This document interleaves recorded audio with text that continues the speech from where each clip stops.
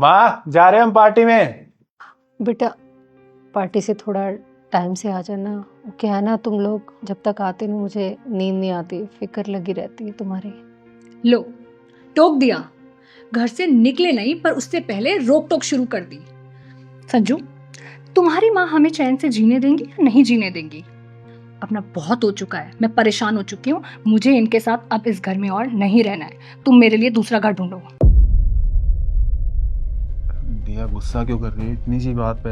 इतनी सी बात तुम्हारे लिए होगी है, इतनी सी बात मेरे लिए नहीं है। और ना मुझे अब किसी पार्टी में जाना है। तुम अभी नया घर ढूंढना शुरू करो। रिया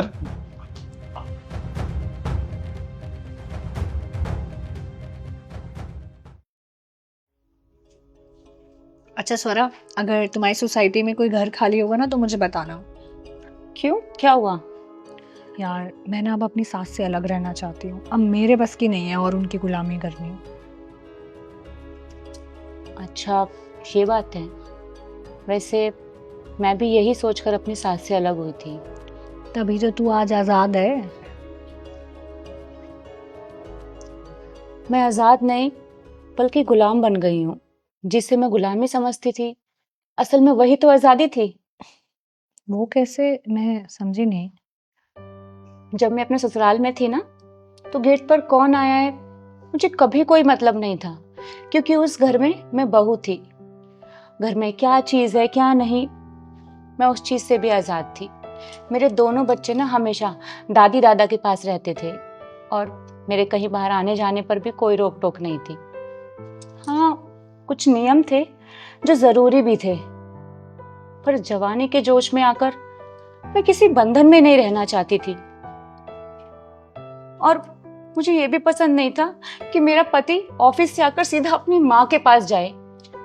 तो मैंने सागर से लड़ लड़कर ये घर ले लिया और तब से ना मैं दरवाजे की घंटी, जरूरत का सामान, सागर, बच्चे, इन सब की गुलाम बन के रह गई हूँ। कहीं आ जा नहीं सकती क्योंकि बच्चों का होमवर्क कराना पड़ता है, उनकी देखभाल करनी पड़ती है। उन्हें हर जगह साथ लेकर जा नहीं सकती, घर पे अकेला छोड़ के जा नहीं सकती। तो मजबूरी में आकर पार्टीज करना, बाहर घूमना फिरना, सब कुछ छोड़ना पड़ता है। पर मेरे ससुराल में ये बंदिशें नहीं थी।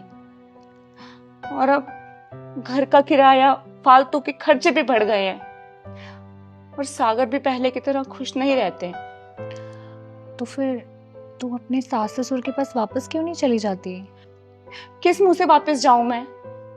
एक बार सागर ने मम्मी से कहा था तो पापा ने ये कहकर साफ मना कर दिया कि एक बार हम लोगों ने खुद को बहुत मुश्किल से संभाला है, अब दूसरा झटका झेलने की हमारे अंदर हिम्मत नहीं है। तो तुम्हारी भलाई इसी में है कि तुम वहीं रहो।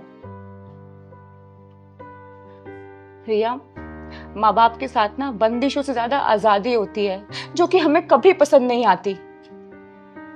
घर से बाहर निकलकर पता चला कि आजादी के नाम पर ना हमने अपने पैरों पर बेड़ियां बांध रखी है।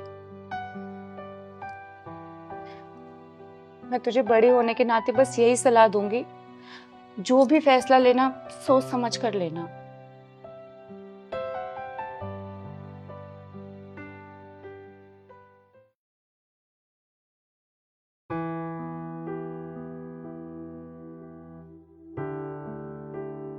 मम्मी जी, मुझे माफ कर दीजिए। मुझसे बहुत बड़ी गलती हो गई। क्या हो गया बेटा? मुझे कहीं अलग नहीं रहना, मुझे आपके साथ ही रहना है। तो मुझे भी कौन सा अलग रहना है, मुझे भी तेरे साथ ही रहना बेटा। मैंने आपके साथ इतना गंदा व्यवहार किया, प्लीज उसके लिए मुझे माफ कर दीजिए। अच्छा कर दिया, चल।